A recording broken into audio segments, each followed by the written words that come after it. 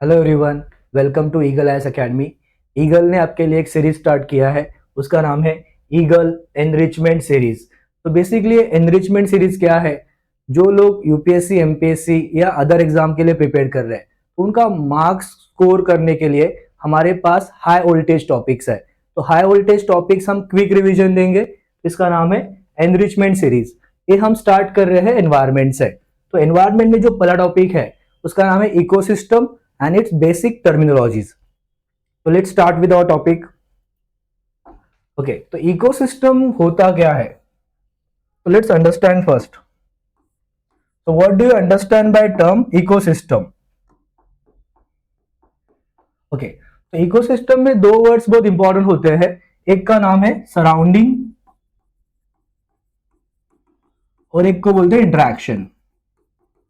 तो सबको पता है we are a part of ecosystem, लेकिन सबको पता नहीं है कि इकोसिस्टम होती क्या है। तो इकोसिस्टम मतलब क्या? हमारे सराउंडिंग में जो भी इंटरेक्शन हमारा हो रहा है, तो हमारा इंटरेक्शन बेसिकली बायोटिक कंपोनेंट के साथ होता है एंड अबायोटिक कंपोनेंट के साथ होता है। तो as a humans we comes under biotic, लेकिन इसके अलावा हमें सॉइल चाहिए, टेम्परेचर चाहिए, एयर चाहिए, प्रेशर चाहिए, तो ये सब चीजें आती है अबायोटिक में। तो हम इंटरडिपेंडेंट है। इंटरडिपेंडेंट कौन है? Biotic components with abiotic components. तो इनके सराउंडिंग में सब कुछ हो रहा है, इनका इंटरेक्शन हो रहा है, एक दूसरे के ऊपर इंटरडिपेंडेंट है, तो इसको हम बोलते हैं ecosystem. So we are a part of ecosystem. तो इकोसिस्टम बेसिकली दो फैक्टर्स पे डिपेंडेंट है, biotic factors and abiotic factors. तो बायोटिक फैक्टर्स में प्लांट्स, एनिमल्स, माइक्रो ऑर्गेनिज्म, ये सब चीजें आ जाती है। तो उसके भी फर्दर टाइप्स होते हैं, प्रोड्यूसर्स, कंज्यूमर्स एंड डिकम्पोजर। अपने को पता है जो खुद का फूड खुद से बनाते हैं उनको प्रोड्यूसर्स बोलते हैं। तो प्रोड्यूसर्स ट्रॉपिक के बेस में होते हैं, उनको ऑटोट्रॉफ्स भी बोलते हैं, जो खुद का फूड खुद से बनाते हैं। इनके ऊपर जो डिपेंडेंट है उनको अपन कंज्यूमर्स बोलते हैं। तो बेसिकली कंज्यूमर प्राइमरी लेवल पे होते हैं, उनको हम हर्बीवोर्स बोलते हैं। सेकेंडरी लेवल पे होते हैं, उनको हम कार्निवोर्स बोलते हैं। और टर्शरी लेवल पे ओमनिवोर्स भी होते हैं। तो हमें पता होने चाहिए कि कंज्यूमर्स में भी primary consumers, secondary consumer and tertiary consumer होते हैं। और ये मरने के बाद इनका जो ब्रेकडाउन करते हैं इनको बोलते हैं डिकम्पोजर। तो बेसिकली इसमें बैक्टीरिया, फंगाई, वायरसेस आ जाते हैं। तो बेसिकली इकोसिस्टम कितने टाइप्स की होती है? तो इकोसिस्टम बेसिकली दो टाइप की होती है, एक होती है नेचुरल इकोसिस्टम और एक होती है आर्टिफिशियल इकोसिस्टम। इसके पहले अपन समझते हैं कि इकोसिस्टम के फंक्शंस क्या है, इकोसिस्टम हमें क्यों पढ़ना है। क्योंकि इकोसिस्टम समझ पाएंगे तभी हमें पता चलेगा कि एनर्जी फ्लो कैसे होती है from one topic to another topic, from producer to decomposer energy transfer होती है। तो इकोसिस्टम को समझने से हमें यह पता चलता है कि एनर्जी का फ्लो हो रहा है। जैसे कि फोटोसिंथेसिस से फूड बनाया प्लांट्स ने, वो प्लांट्स के फूड को यूज किया एनिमल्स ने, एनिमल्स का डिकम्पोजिशन किया बैक्टीरिया ने, और यही फूड वापस क्या हो गया, यही मिनरल्स वापस सॉइल में आ गए। तो बायोटिक एंड अबायोटिक कंपोनेंट्स का इंटरेक्शन होते रहेगा, उसको अपन क्या समझते हैं, इकोसिस्टम। ओके, न्यूट्रिएंट साइक्लिंग, जैसे कि नाइट्रोजन, कार्बन, फॉस्फोरस, सल्फर, ये सब अलग अलग क्या है, न्यूट्रिएंट्स है। और ये रोटेट किधर हो रहे हैं, इकोसिस्टम में। तो इकोसिस्टम को समझना क्यों है? To understand energy flow, to understand nutrient cycling. और ये सब कुछ सही से होगा तो इनडायरेक्टली इकोलॉजिकल बैलेंस होगा। और जितना स्टेबल फूड चेन होगा, जितनी स्टेबल फूड वेब होगी, उतनी ही हमारी इकोलॉजी या हमारा एनवायरमेंट स्टेबिलिटी की तरफ चला जाएगा। ओके, तो हमें बेसिकली पता होनी चाहिए कि इकोसिस्टम के टाइप्स कितने होते हैं। जैसे मैंने बताया, एक इकोसिस्टम है नेचुरल इकोसिस्टम और दूसरी होती है आर्टिफिशियल इकोसिस्टम। तो नेचुरल क्या होती है? जिसमें ह्यूमन इंटरफेरेंस नहीं होता, उसको अपन बोलते हैं नेचुरल इकोसिस्टम। और दूसरी होती है आर्टिफिशियल, उसमें ह्यूमन इंटरफेरेंस होता है। जैसे कि मान लो फॉरेस्ट है, तो फॉरेस्ट खुद से ग्रो हुए हैं, national park, wild life sanctuary, इसको किसी ने ग्रो किया है क्या? नहीं। तो उसको अपन काउंट करेंगे नेचुरल में। तो forest ecosystem, grassland ecosystem, desert ecosystem, ये सब नेचुरल में आ जाएंगे। तो आर्टिफिशियल क्या होंगे, जैसे जू होता है, बोटेनिकल गार्डन्स होते हैं, ये सब किसका पार्ट है, आर्टिफिशियल इकोसिस्टम का। ओके, तो बेसिकली इकोसिस्टम लैंड बेस होती है, उसको बोलते हैं टेरेस्ट्रियल इकोसिस्टम, और दूसरी होती है एक्वेटिक, उसको अपन बोलते हैं वाटर बेस्ड। इकोसिस्टम दो तरीके की है, टेरेस्ट्रियल है मतलब लैंड के ऊपर भी है, फॉरेस्ट किधर है, लैंड पे, ग्रासलैंड डेजर्ट्स किधर है, लैंड पे। तो लैंड वाले को क्या वर्ड यूज करते हैं, टेरेस्ट्रियल इकोसिस्टम। और जो पानी में होती है, या वो फ्रेश वाटर हो, या ब्रैकिश वाटर हो, या वो मरीन वाटर हो, सलाइन वाटर, इनको हम क्या बोलते हैं, एक्वेटिक इकोसिस्टम। तो बेसिकली टेरेस्ट्रियल कौन सी है, फॉरेस्ट, डेजर्ट, ग्रासलैंड, ये सब कौन सी है, टेरेस्ट्रियल। इसके अलावा कौन सी होती है, एक्वेटिक। तो एक्वेटिक में भी दो प्रकार होते हैं, फ्रेश वाटर की इकोसिस्टम अलग होती है, जो एनिमल्स प्लांट्स आपको फ्रेश वाटर में मिलेंगे, सेम आपको सी वाटर में मिलेंगे क्या, नहीं। तो सी वाटर की इकोसिस्टम अलग है, उसको बोलते हैं मरीन इकोसिस्टम। तो aquatic ecosystem further divided into two parts, fresh water and marine water.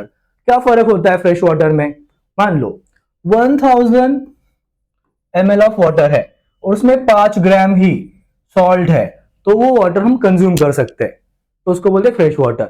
और उसमें 35 ग्राम के ऊपर सॉल्ट है, तो वाटर सलाइन वाटर हो जाता है, that is marine water. Okay, तो हमें पता होनी चाहिए कि टेरेस्ट्रियल इकोसिस्टम अलग है एंड फ्रेश वाटर इकोसिस्टम अलग है, दैट इज एक्वेटिक।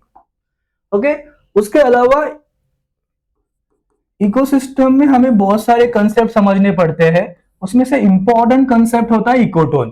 तो जब भी आपको एग्जाम्स में या प्रीलिम्स में इकोटोन पूछा जाए तो इकोटोन होता क्या है।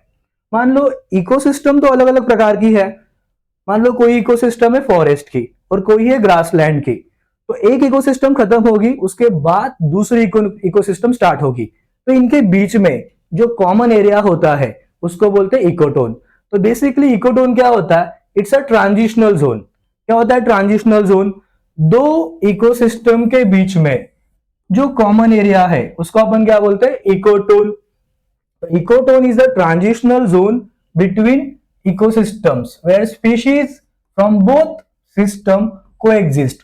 मतलब मान लो ये फॉरेस्ट इकोसिस्टम है, ये डेजर्ट की है, तो इधर के भी एनिमल्स इधर होंगे और इधर के भी एनिमल्स इधर होंगे, तो ये इकोटोन होता है कि transitional area between two ecosystem. Okay, तो उसके बेसिक फीचर्स क्या होते हैं, ऐसे एरिया में हाई बायोडाइवर्सिटी होती है। क्यों हाई बायोडाइवर्सिटी क्यों होती है, क्योंकि ये जो इकोटोन एरिया होता है उसमें दोनों तरफ के स्पीशीज होते हैं। तो बायो मतलब लिविंग थिंग्स, डाइवर्सिटी मतलब वेरिएशन। तो इकोटोन वाले एरिया में कंपैरिजन में ज्यादा स्पीशीज होते हैं, तो उसको अपन वर्ड यूज करते हैं हाई बायोडाइवर्सिटी। स्पीशीज रिचनेस मतलब इसमें कंपैरिजन में ज्यादा स्पीशीज होंगे compare to other ecosystem. Okay, species overlap होंगे, इधर के स्पीशीज भी इधर मिलेंगे, इधर के स्पीशीज भी इधर मिलेंगे।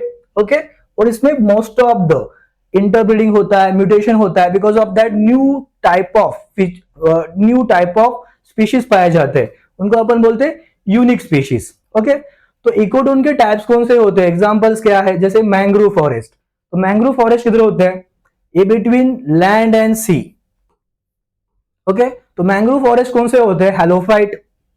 हेलोफाइट क्या होता है, जो प्लांट्स को सॉल्ट अच्छा लगता है उनको बोलते हैं हेलोफाइट्स। तो बेस्ट एग्जांपल कौन है, मैंग्रोव्स। ग्रासलैंड और फॉरेस्ट बाउंड्री, ये भी एक एग्जांपल इकोटोन का। और एस्टुरीज क्या होता है, एस्टुरीज तो जिधर रिवर सी को मिलती है और डेल्टा फॉर्म नहीं करती, डायरेक्टली अपना पानी क्या करती है, सी में ड्रेन करती है, तो उसको बोलते हैं एस्टुरीज। तो एस्टुरीज के अंदर अलग प्लांट्स होंगे, अलग एनिमल्स होंगे, और रिवर्स के अंदर अलग होंगे। तो जिसके दोनों एरिया अलग अलग है तो इसको अपन बोलते हैं इकोटोन। तो इकोटोन बेसिकली क्या है, transitional area between two ecosystem. तो ये एरिया को हमने क्या नाम दिया, इकोटोन। और इधर स्पीशीज ज्यादा होती है, इसके लिए यही एरिया को बोलते हैं एज इफेक्ट। दो एरिया के कॉमन, दो इकोसिस्टम के कॉमन एरिया में जिधर ज्यादा स्पीशीज होती है वो उसका नाम है एज इफेक्ट। तो इस बेसिकली क्या होता है, एरिया में बायोडाइवर्सिटी ज्यादा होती है, दो इकोसिस्टम के बाउंड्री पे होता है, तो इधर आपको ज्यादा हैबिटेट होता है, ज्यादा रिसोर्सेस होते हैं, तो ऐसे इफेक्ट का नाम दिया है एज इफेक्ट। तो बेसिकली एज इफेक्ट किधर होता है, इकोटोन के ही अंदर होता है एज इफेक्ट। तो उसको जानना कैसे है, इसमें रिचनेस ज्यादा होगी, कंपैरिजन में स्पीशीज ज्यादा होंगे। ओके, उसके बाद एक नया कंसेप्ट आता है, उसको बोलते हैं इकोलॉजिकल नीश। तो बेसिकली इकोलॉजिकल नीश क्या होता है, देखो हर एक स्पीशीज का अपने इकोसिस्टम में एक यूनिक रोल होता है, और वो रोल कोई दूसरा स्पीशीज नहीं कर सकता, सबका रोल अपने अपने को करना पड़ता है। तो इसको बोलते हैं इकोलॉजिकल नीश। मतलब क्या होगा, functional role and positional role. मतलब उसका फंक्शन कोई दूसरा स्पीशीज कर सकता है क्या, नहीं। उसकी पोजीशन कोई दूसरा स्पीशीज ले सकता है क्या, आंसर इज नहीं। तो ऐसे स्पीशीज को बोलते हैं नीश। तो नीश क्या होता है, बेसिकली ऑर्गेनिज्म जो होते हैं, मतलब स्पीशीज, वो इकोसिस्टम में एक यूनिक रोल प्ले करते हैं, और इसके लिए बोलते हैं यूनिक रोल को इकोलॉजिकल नीश। ओके, इसके बाद एक कंसेप्ट आता है इकोलॉजिकल सक्सेशन। तो बेसिकली सक्सेशन क्या होता है, जब अर्थ फॉर्म हुई थी तो अर्थ के ऊपर कोई भी लाइफ नहीं थी, अर्थ एक बैरन लैंड थी, मतलब इसके ऊपर खाली रॉक्स थे, और अर्थ का क्लाइमेटिक कंडीशन लाइफ के लिए बराबर से नहीं था। So over the period of time gradually earth के क्लाइमेटिक कंडीशंस चेंज होने लगे, और अर्थ के ऊपर लाइफ का इवोल्यूशन हुआ। तो इवोल्यूशन एक टाइम में हुआ है क्या, इवोल्यूशन को बहुत समय लगा। तो evolution over the period of time होते होते होते आज अपन मैच्योर स्टेज में है। आज हमारे पास बायोडाइवर्सिटी ज्यादा है, वेजिटेशन ज्यादा है। तो ये टॉपिक को बोलते हैं इकोलॉजिकल सक्सेशन। मतलब जब अर्थ बनी थी वो टाइम पे अर्थ के ऊपर कुछ नहीं था, फिर over the period of time moss, lichens, algae develop हुए होंगे। जब अर्थ के कंडीशन और अच्छे हो गए, क्लाइमेटिक कंडीशंस बहुत सही से हो गए, सॉइल फॉर्म हुई, रेनफॉल होने लगा, तो ग्रास डेवलप होने लगे, फिर श्रब्स आ गए, फिर ट्रीज आ गए।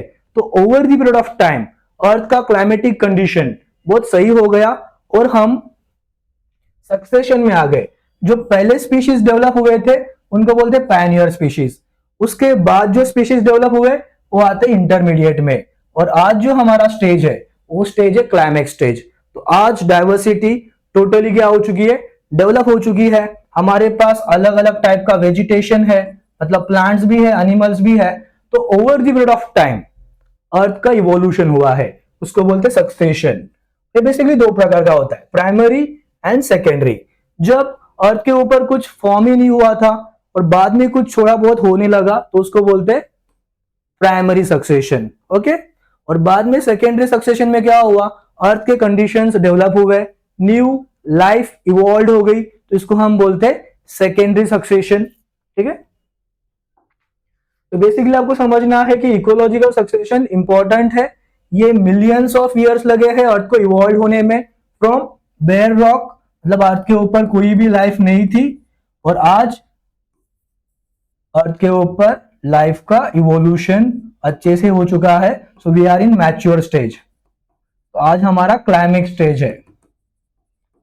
आज बायोडाइवर्सिटी कैसी है, मैच्योर है, तो क्योंकि बहुत सारे ट्रीज ग्रो हो चुके हैं, ट्रीज है तो वाइल्ड लाइफ है, सब कुछ है हमारे पास। तो इकोलॉजिकल सक्सेशन कैसे होता है, पायोनियर स्टेज, जिसमें पहले फर्स्ट टाइम कुछ चीजें अपीयर हुई होगी, कुछ तो लाइफ इवॉल्व हो गई, बाद में उसमें बहुत सारे चेंजेस आ गए, तो उसमें बोलते हैं इंटरमीडिएट स्टेज। श्रब्स डेवलप हुए, बर्ड्स डेवलप हुए, और आज जो हम है वो है क्लाइमेक्स स्टेज में। तो क्लाइमेक्स स्टेज क्या होता है, इकोलॉजिकल सक्सेशन का लास्ट टाइम।